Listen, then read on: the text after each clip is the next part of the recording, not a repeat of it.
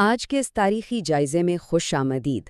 آج ہم تاریخ کے اوراق پلٹ کر بر صغیر کی ایک انتہائی مشہور اور جرأت مند شخصیت کی ڈرامائی زندگی پر بات کریں گے۔ مقصد صرف حقائق کو دہرانا نہیں ہے، بلکہ اس عظیم سفر اور اس کے پیچھے چھپے جذبوں کو ذرا قریب سے محسوس کرنا ہے۔ تو چلیے سیدھا اس انتہائی مشہور اور طاقتور جملے کی طرف چلتے ہیں جس نے سلطان فتح علی یعنی تاریخ کے مشہور زمانہ ٹیپو سلطان کی زندگی کا پورا نقشہ کھینچ دیا۔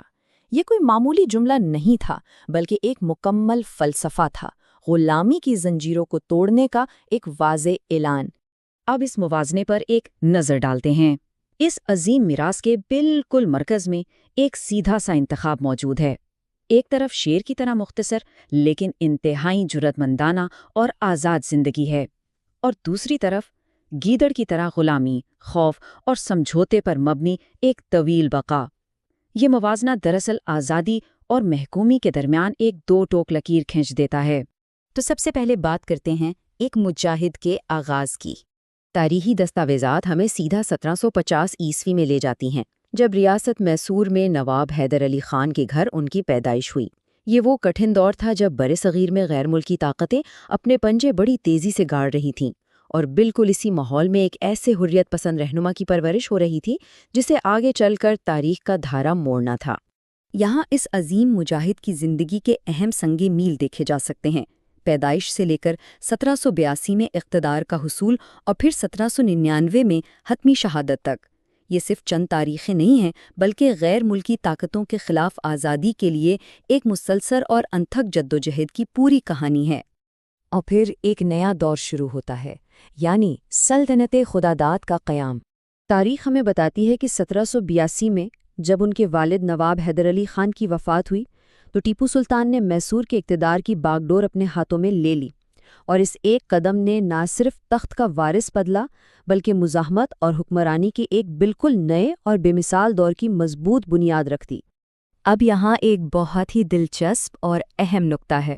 انہوں نے محض ایک روایتی بادشاہ کی طرح حکمرانی نہیں کی، انہوں نے اپنی ریاست کا نام ہی سلطنت خداداد رکھ دیا۔ اس نام کا مطلب یہ تھا کہ انہوں نے غلامی کے خلاف کھڑے ہونے کے لیے ایک الہی یا خداداد حق کا دعویٰ کر دیا تھا، ایک ایسا حق جسے کسی بھی غیر ملکی طاقت کے سامنے جھکایا نہیں جا سکتا تھا۔ یہ واقعی ایک شاندار سوچ تھی۔ اور آخرکار ہم پہنچتے ہیں اس سفر کے اختتام کی طرف، یعنی آخری دھاڑ۔ پھر وہ دن آ ہی گیا جب شیر کے استعارے کی حتمی تکمیل ہوئی۔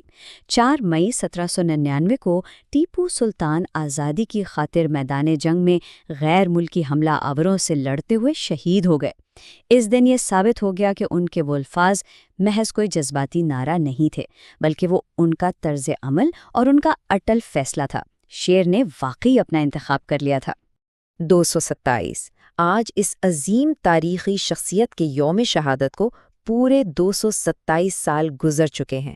یہ سوچنے کی بات ہے کہ 2 صدیوں سے زیادہ کا عرصہ بیت چکا ہے۔ یہ ایک بہت بڑا ہندسہ ہے جو جنوبی ایشیا اور خاص طور پر اسلامی تاریخ میں ان کی قربانی کی پائیدار اہمیت کو اجاگر کرتا ہے۔ اتنے سال گزر جانے کے باوجود آزادی کی وہ چنگاری آج بھی ماند نہیں پڑی۔ ان تمام باتوں پر غور کرنے کے بعد یہ حتمی سوال ذہن میں آنا بالکل فطری ہے۔ جب ایک رہنما 100 سال کی طویل اور ذلت آمیز محکومی کے بجائے شیر کی طرح ایک دن کی آزادی کا انتخاب کرتا ہے تو تاریخ اسے ہمیشہ کے لیے امر کر دیتی ہے۔